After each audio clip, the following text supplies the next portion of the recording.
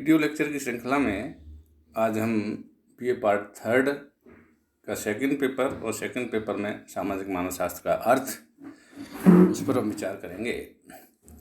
सामाजिक मानव शास्त्र के अर्थ से पहले या सामाजिक मानव शास्त्र को जानने से पहले ठीक होगा कि हम उसके इतिहास के बारे में थोड़ा समझें कि वो ब्रांच किसकी है, कहाँ से उसका जन्म हुआ है, तो जहाँ तक हम उसको अच्छी तरह समझ पाएंगे। तो सामाजिक मानव शास्त्र जो है एक मानव शास्त्र की शाखा है, और मानव शास्त्र वह विज्ञान है जो मानव के बारे में अध्ययन करता है। अरस्तु ने मानव शास्त्री के लिए कहा था कि मानव शास्त्री वह व्यक्ति है जो अपने बारे में बात करता है, यानी अपने बारे में बात करता है, अपने बारे में विचार करता है, अपने व्यवहारों के बारे में विचार करता है, अपनी प्रथा परंपराओं के बारे में बात करता है। उसको उन्होंने कहा था कि वो मानव शास्त्री है। मानव शास्त्र का जहाँ तक हम शाब्दिक अर्थ देखें तो मानव शास्त्र अंग्रेजी के एंथ्रोपोलॉजी शब्द से बना है, और एंथ्रोपोलॉजी जो शब्द है दो भाषाओं से मिलकर बना है, जिसमें पहला ग्रीक भाषा का एंथ्रोपोस जिसका अर्थ होता है मानव, और दूसरा शब्द लॉजी जिसका अर्थ होता है शास्त्र या विज्ञान। तो हम कह सकते हैं कि मानव विज्ञान या मानव शास्त्र। तो इसका अर्थ ये निकल के सामने आता है कि वह शास्त्र जो मानव के बारे में अध्ययन करता है, मानव के कार्यों के बारे में अध्ययन करता है, मानव की संस्कृति के बारे में अध्ययन करता है, वह मानव शास्त्र है।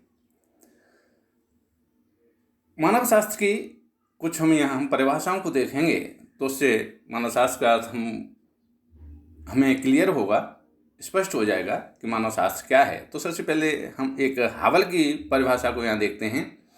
वह कहते हैं मानव शास्त्र मानव और उसके समस्त कार्यों का अध्ययन है। अपने संपूर्ण अर्थ में यह मानव की प्रजातियों एवं प्रथाओं का अध्ययन है। अब यहाँ हवल की परिभाषा को यदि हम देखें तो मानव शास्त्र क्या कहते हैं? मानव शास्त्र कहते हैं कि मानव के समस्त कार्यों का अध्ययन। और दूसरी बात उन्होंने कही है कि यह मानव की प्रजातियों के बारे में भी अध्ययन करता है। यानी जैसा कि हम जानते हैं मानव एक जाति जो है, मानव जाति विभिन्न प्रजातियों में बटा हुआ है, तो मानव शास्त्र विभिन्न प्रजातियों के बारे में भी, उनकी प्रथाओं के बारे में भी, उनकी परंपराओं के बारे में, उनकी रीति रिवाजों के बारे में भी अध्ययन करता है। ये हवल का कहना है। दूसरी परिभाषा हम यहाँ देखते हैं जैकब्स तथा स्टर्न के द्वारा। वह मानव शास्त्र के बारे में कहते हैं कि मानव शास्त्र मनुष्य जाति के जन्म से लेकर वर्तमान काल तक के शारीरिक, सामाजिक एवं सांस्कृतिक विकास तथा व्यवहारों का वैज्ञानिक अध्ययन है। इसका तात्पर्य ये हुआ, जैकब्स तथा स्टर्न का मानना है कि मानव शास्त्र केवल मानव का अध्ययन नहीं है, वह मानव जाति के जन्म से लेके, यानी जब से मानव जाति का जन्म हुआ है, मानव इस पृथ्वी पर आया है, जब से लेके और वर्तमान काल तक आज तक का अध्ययन करता है, जिसमें उसका शारीरिक विकास कैसे हुआ, उसका सामाजिक विकास कैसे हुआ, उसका सांस्कृतिक विकास कैसे हुआ, इन सब के बारे में मानव शास्त्र जो है वो अध्ययन करता है। एक परिभाषा हम यहाँ मानव शास्त्र के एक और देखते हैं जो मजूमदार और मदान ने लिखी है। और मजूमदार और मदान कहते हैं कि मानव शास्त्र मानव के उद्भव एवं विकास का शारीरिक, सांस्कृतिक तथा सामाजिक दृष्टिकोण से अध्ययन करता है। और मजूमदार मदान की भी बात जहाँ आती है तो मजूमदार और मदान ने भी वही बात कही है कि मानव शास्त्र जो है वह मानव का उद्भव, इसका जन्म कैसे हुआ, फिर उसका विकास कैसे हुआ, चाहे वो शारीरिक विकास है, जैसा कि उद्विकासवादी कहते हैं कि मानव का जो विकास हुआ है वह बंदरों से हुआ है, तो वह विकास कैसे हुआ, उसके क्या क्या चरण थे, कब उसके शरीर में भिन्नता आई, समाज का विकास जो हुआ वह किस तरीके से हुआ, किन किन स्तरों से होकर हुआ। सांस्कृतिक विकास की जहाँ तक बात आती है तो विभिन्न संस्कृतियाँ का भी विकास धीरे धीरे एक क्रम में होता है। पहले संस्कृति क्या, फिर उसमें क्या चेंज आया, फिर क्या चेंज आया, इसके बारे में जो अध्ययन करता है वह मानवशास्त्र कहलाता है। तो यहाँ एक मानवशास्त्र का एक अर्थ हमारे सामने स्पष्ट होकर निकलता है, और वह है, हम एक अर्थ के रूप में हम ये कह सकते हैं कि मानवशास्त्र वह विज्ञान है जो मानव जाति के जन्म से लेकर वर्तमान तक के कार्यों, व्यवहारों, प्रजातियों, प्रथाओं, उद्विकास, जिसमें शारीरिक, सामाजिक, सांस्कृतिक दृष्टि से का वैज्ञानिक अध्ययन करता है, तथा किसी स्थान विशेष, समय विशेष और संस्कृति विशेष तक ही अपने अध्ययन को सीमित नहीं रखता, वह मानवशास्त्र कहलाता है। यहाँ एक बात तो स्पष्ट और होती है कि मानवशास्त्र जो है वह अपने आप को किसी काल विशेष में नहीं बांधता, किसी प्रजाति विशेष में नहीं बांधता है, किसी संस्कृति के अध्ययन के विशेष में नहीं मानता है। मानवशास्त्र जो है विश्व की जितनी भी संस्कृतियाँ हैं, चाहे वो सभ्य संस्कृति है, चाहे वो आदिम संस्कृति है, सभी संस्कृतियों के बारे में अध्ययन करता है, उनकी आपस में तुलना करता है। इसके लिए कोई समय की सीमा नहीं है कि उस काल का अध्ययन करता है। इसलिए कहा जाता है कि मानवशास्त्र मानव जाति के जन्म से लेके और आज वर्तमान काल तक का अध्ययन करता है। अब इसके बाद में यहाँ देखने के बाद हमको ये पता लगता है कि सामाजिक मानवशास्त्र की कुछ विशेषताएं हमारे सामने निकल कर सामने आती हैं, और वो विशेषताएं हम इस रूप में कह सकते हैं कि जैसे पहली विशेषता हम इस रूप में ले सकते हैं कि मानवशास्त्र मानव की जाति का जन्म हुआ तब से लेकर वर्तमान काल तक का अध्ययन करता है। दूसरी विशेषता एक ये निकल कर सामने आई है कि मानवशास्त्र जो है मानव शरीर की उत्पत्ति और उसका विकास का क्रम का अध्ययन करता है, यानी कब उसकी उत्पत्ति हुई, किस तरीके से उसकी उत्पत्ति हुई, कब वह पशु से यानी मानव रूप में कन्वर्ट हुआ, और उसके बाद में उसका विकास का क्रम क्या रहा। तीसरी विशेषता एक ये भी निकल के यहाँ आ रही है कि मानवशास्त्र जो है संस्कृति की उत्पत्ति और उसका विकास, जैसा कि हम जानते हैं कोई भी है, चाहे वो प्रथा है, चाहे वो परंपरा है, चाहे वो संस्कृति है, चाहे वो समाज है, इसका एक निश्चित चरणों में विकास होता है। तो प्रारंभ में संस्कृति किस प्रकार की बनी, किस प्रकार से रीति रिवाज थे, किसी प्रकार की प्रथाएं परंपराएं थी, धीरे धीरे उसमें किस प्रकार से बदलाव आया, और बदलाव आते आते आज वर्तमान काल तक संस्कृति यानी किस स्तर पर पहुंची है, इसका भी वो अध्ययन करता है। एक विशेषता ये और सामने हमारे यहाँ आती है कि मानवशास्त्र जो है मानव शरीर की संरचना तथा कार्यों का भी अध्ययन करता है। वह मानव समाज की शरीर की संरचना के बारे में भी अध्ययन करता है कि इसकी प्रारंभिक संरचना क्या थी, फिर इसमें जो बदलाव आए वो क्या बदलाव आए, और बदलाव आए तो उनका क्या कारण था, किन कारणों के माध्यम से वो शरीर में बदलाव आए, और वर्तमान जो मानव शरीर का जो स्वरूप है, जो संरचना है, वह किन किन स्तरों से होके गुजर के हमको आज प्राप्त हुई है। तो यहाँ हम देखते हैं कि मानवशास्त्र की ये कुछ विशेषताएं हमारे सामने निकल कर आती हैं।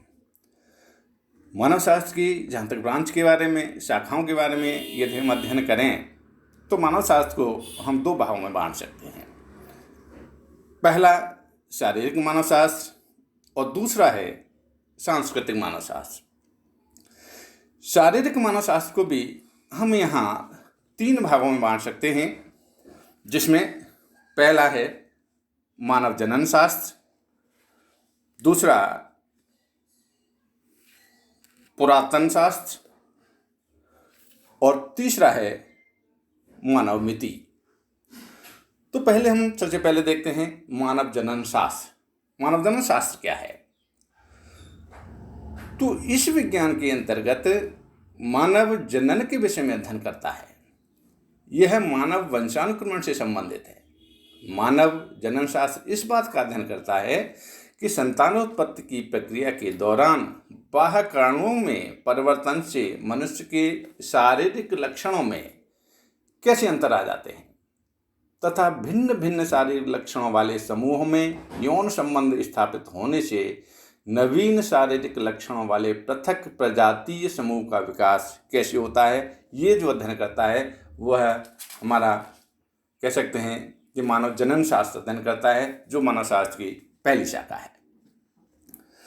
दूसरी शाखा है पुरातन मानव शास्त्र।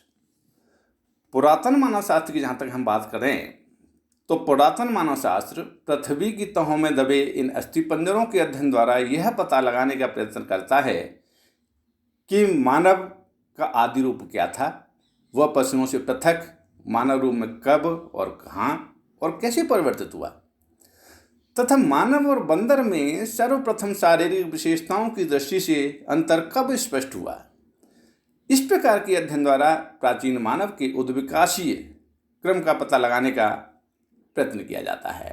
यानी यह जो मानव शास्त्र, जो अपना पुरातन मानव शास्त्र है, वह यह जानने का प्रयास करता है जो जमीन के अंदर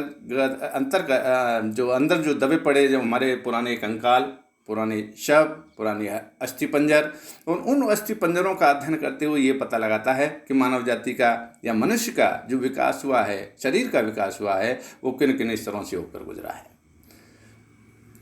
तीसरा है इसमें मानव मिति। और मानव मिति के अंतर्गत मानव के हम कह सकते हैं कि शारीरिक लक्षणों को मापा जाता है। शारीरिक लक्षणों के माप के आधार पर मानव समूह को भिन्न भिन्न प्रजातियों में वर्गीकृत किया जाता है। जैसे कि हम जानते हैं विश्व में हमारी बहुत सारी प्रजातियां हैं मानवों की, और वह मानव प्रजातियों का जो विभाजन हुआ है, जो वर्गीकरण किया है मानव शास्त्रियों ने, वह शारीरिक विशेषताओं के आधार पर किया है। तो मानव मिति का यही काम है कि विश्व की मानव जाति को उसकी शारीरिक विशेषताओं के आधार पर हम उनको किस प्रकार से विभिन्न प्रजातियों में बांट पाएंगे। दूसरा हम कहें कि मानव शास्त्र का जो दूसरी ब्रांच है, मुख्य ब्रांच, वो है सांस्कृतिक मानव शास्त्र। और सांस्कृतिक मानव शास्त्र में पहली जो ब्रांच है वो है पुरातत्व शास्त्र। पुरातत्व शास्त्र वह शास्त्र होता है जिसके अंतर्गत खुदाई से प्राप्त प्रागैतिहासिक उपकरणों, अस्त्र शस्त्रों, बर्तनों, कलाकृतियों, आभूषणों, टूटे फूटे मकानों, प्राचीन मंदिरों आदि के अवशेषों का अध्ययन किया जाता है। और इससे मानव शास्त्री यह पता लगाने का प्रयास करता है कि हमारी प्राचीन जो संस्कृति थी वह किस प्रकार की थी, उनके हथियार किस प्रकार के थे, उनके बर्तन किस प्रकार के थे, उनके मकान किस प्रकार के थे, उनकी पूजा पद्धति करने का तरीका क्या था, उनका भरण पोषण का तरीका क्या था।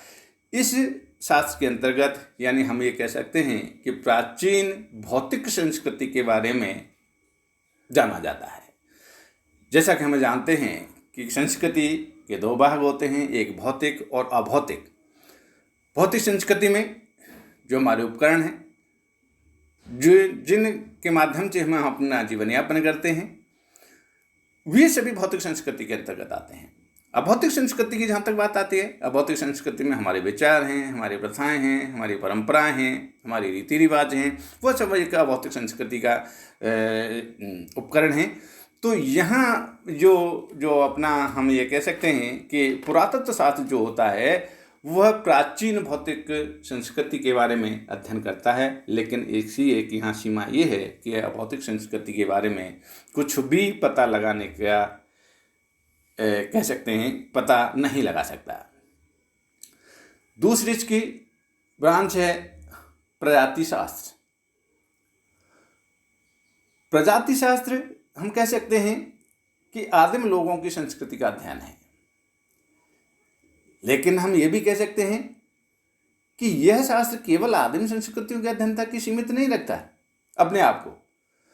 प्रजाति शास्त्री एक कह सकते हैं कि एक प्रजाति शास्त्री सब जगहों के मानवों की एक अद्भुत विशेषता के रूप में संस्कृति में रुचि रखता है। एक प्रजाति शास्त्री या प्रजाति शास्त्र जो हम कह सकते हैं जो आदिम लोगों की संस्कृतियों का अध्ययन करता है, वहीं साथ ही सभ्य समाजों की संस्कृतियों का भी वो अध्ययन करता है। या हम ये भी कह सकते हैं कि प्रजाति शास्त्री विश्व में दूर दूर तक फैली हुई मानव संस्कृतियों का पता लगाता है, उनका वर्गीकरण करता है, जिसके लिए उसको दूर दराज जंगलों में, पहाड़ियों में, प्रदेशों में, रेगिस्तानों में, धूप समूहों में जहाँ जहाँ मानव निवास करते हैं वहाँ वहाँ वो उनका रहन सहन, उनकी संस्कृति के बारे में पता करता है। और ऐसा शास्त्र जो होता है वह प्रजाति शास्त्र कहलाता है। अगली इसकी ब्रांच, तीसरी ब्रांच के बारे में यदि हम देखें तो इसकी तीसरी ब्रांच है भाषा विज्ञान। भाषा विज्ञान का जहाँ तक सवाल है, हम कह सकते हैं कि एक भाषा वैज्ञानिक जो साथ ही मानव शास्त्री भी होता है, यह जानने का प्रयत्न करता है कि लोगों की भाषा तथा उसकी संस्कृति के अन्य पक्षों के बीच कौन कौन से अंतर संबंध पाए जाते हैं। साथ ही विभिन्न भाषाओं के शब्दों, उच्चारणों एवं व्याकरणों का वह तुलनात्मक अध्ययन करता है। इससे हमें भाषा संबंधी परिवर्तनों, भाषाओं, पारस्परिक संबंधों और समानताओं के बारे में हमको पता लगता है कि कौन सी भाषा का जन्म किस तरीके से हुआ, उसका विकास किस तरीके से हुआ, कौन सी भाषा आपस में समानता रखती हैं, कौन सी भाषा आपस में विविधता रखती हैं। समानता हैं तो क्या समानता हैं, और विविधता हैं तो क्या विविधता हैं। किसी भी भाषा का ये बोली का विकास हुआ तो किस प्रकार से हुआ, किन चरणों के माध्यम से हुआ। इन सब का पता लगाने वाला जो विज्ञान है वह भाषा विज्ञान कहलाता है। इसकी चौथी ब्रांच के बारे में हम जब बात करें तो वो है व्यवहारिक मानव शास्त्र। व्यवहारिक मानव शास्त्र की एक ऐसी शाखा है जो मानव शास्त्रीय ज्ञान के आधार पर समाज में व्याप्त समस्याओं का समाधान खोजती है। यानी मानव शास्त्र का हमने ज्ञान तो प्राप्त कर लिया, लेकिन मानव समाज में जो समस्याएं हैं उन समस्याओं को कैसे दूर कर सकते हैं, उन समस्याओं के क्या कारण हैं, उन कारणों को जानने के बाद में हम उसके समस्याओं का जब समाधान करने का प्रयास करते हैं तो वह शास्त्र व्यवहारिक मानव शास्त्र के रूप में जाना जाता है। और अंत में इसकी जो पांचवी ब्रांच है सामाजिक मानव शास्त्र, जो हमारा थर्ड ईयर का सेकेंड पेपर है, जिसके बारे में हम विस्तृत रूप से पढ़ेंगे, ये इसकी पांचवी ब्रांच है। इसके बारे में हम आज शॉर्ट में थोड़ा सा बताएंगे कि सामाजिक मानव शास्त्र सांस्कृतिक मानव शास्त्र की एक ऐसी शाखा है जो सांस्कृतिक मानव शास्त्र मानव की संपूर्ण संस्कृति का अध्ययन करती है, जबकि सामाजिक मानव शास्त्र में प्रमुखतः सामाजिक संरचना का अध्ययन किया जाता है। इसके अंतर्गत संस्थागत, सामाजिक, व्यवहार, परिवार, वंश, गोत्र, सामाजिक एवं राजनीतिक संगठन तथा न्याय व्यवस्था आदि का अध्ययन किया जाता है। तो हम ये कह सकते हैं कि सामाजिक मानव शास्त्र की एक वह ब्रांच है, वह शाखा है जो मानव जीवन की सामाजिक पक्ष का अध्ययन करता है। मानव समाज का विकास है, उसकी प्रथाएं परंपराएं हैं, उसकी संस्थाएं हैं, उनकी नियम कानून हैं, उनकी न्याय व्यवस्था है, उनकी अर्थव्यवस्था है, उसके बारे में अध्ययन करता है। लेकिन एक बात हम यहाँ और कहेंगे कि सामाजिक मानव शास्त्र एक वह शास्त्र है जो आदिम समाजों को की अध्ययन में अपने आप को प्रमुखता रूप लगाता है। आदिम समाज से यहाँ तात्पर्य वह समाज हैं जो आज भी आदिम अवस्था में हैं, जिनके पास में कोई टेक्नोलॉजी नहीं है, कोई तकनीक नहीं है, कोई नया ज्ञान नहीं है, कोई उनके पास में साइंस नहीं है, कोई उनके पास में करेंसी नहीं है, कोई उनके पास में आज मोटर गाड़ी नहीं है, कोई उनके पास में वीडियो या कैमरा टेलीविज़न नहीं है। यानी हम कह सकते हैं कि आज भी वो अपनी आदिम अवस्था में अपना जीवन यापन कर रहे हैं। उन समाजों के बारे में, उन समाज के रीति रिवाजों के बारे में, उन सामाजिक प्रथा परंपराओं के बारे में जो समाज अध्ययन करता है वह सामाजिक मानवशास्त्र है। तो आज इतना ही। सामाजिक मानवशास्त्र के बारे में हम आपको अगले वीडियो में बताएंगे कि सामाजिक मानवशास्त्र क्या है। धन्यवाद।